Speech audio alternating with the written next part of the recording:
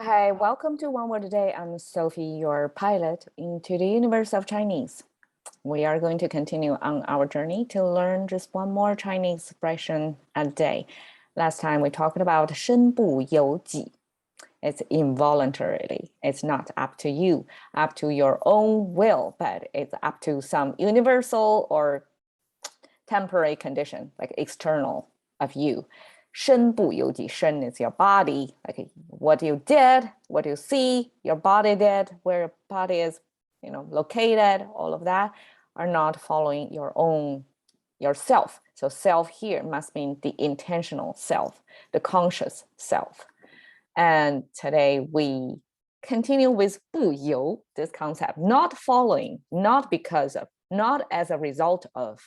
So yesterday is 身 and 己 are two opposing things. 身 is what you see, 己 is what you didn't see, but it's the self, the conscious self, right? 言 and 中 are another opposing things that could be like consistent or not consistent, following or not following. So 言, it looks like this, came from the ancient expression of this actually is the tongue. Okay, we all know that block thing with upward tilted lines here, a smiley face, that's the mouth symbol. And somehow with this structure on top of it, it becomes the tongue. So I guess the tongue is hard to point to because it's inside, it's not visible on the outside. So somehow people use that to refer to inside their mouth. That's the tongue.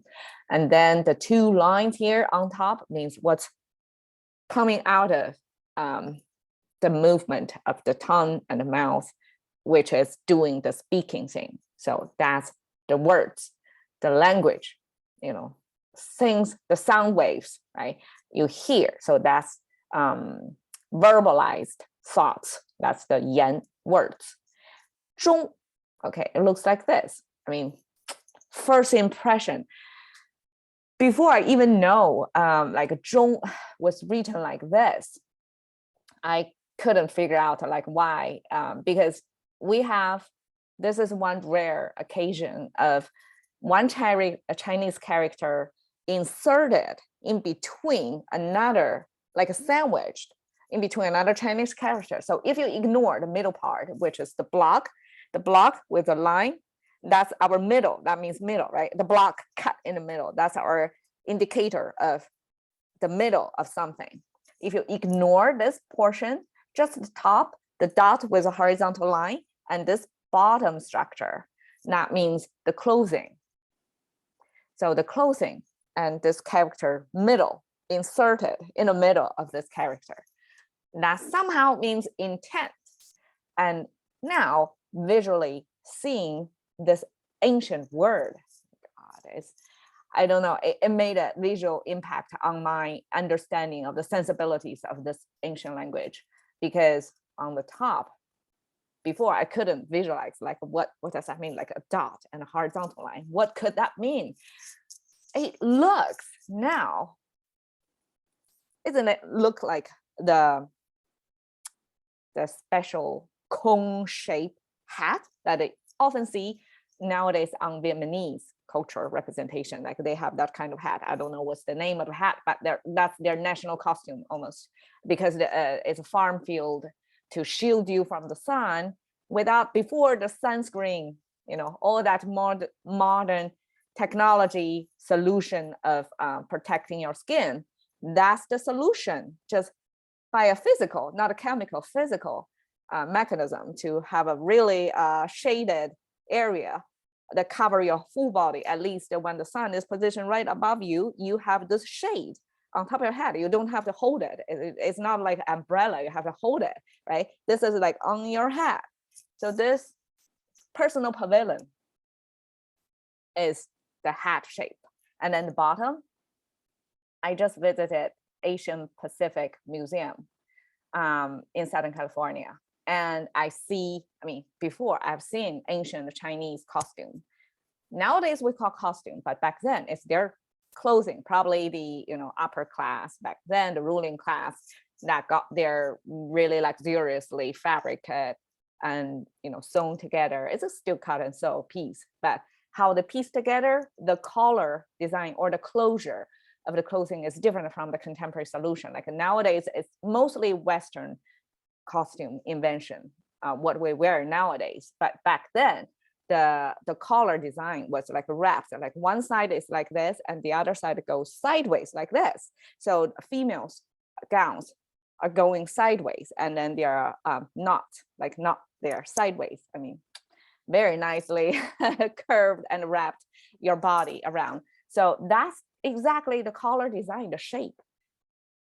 Just looking at this, I cannot relate how this is a piece of clothing. But now looking at this is a headgear, and this is the clothing, that the kind of collar design, just like that. Wow.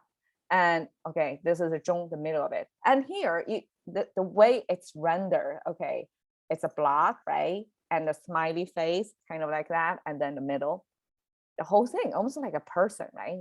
And this looks like the face, representing a very simplified abstract representation of the face.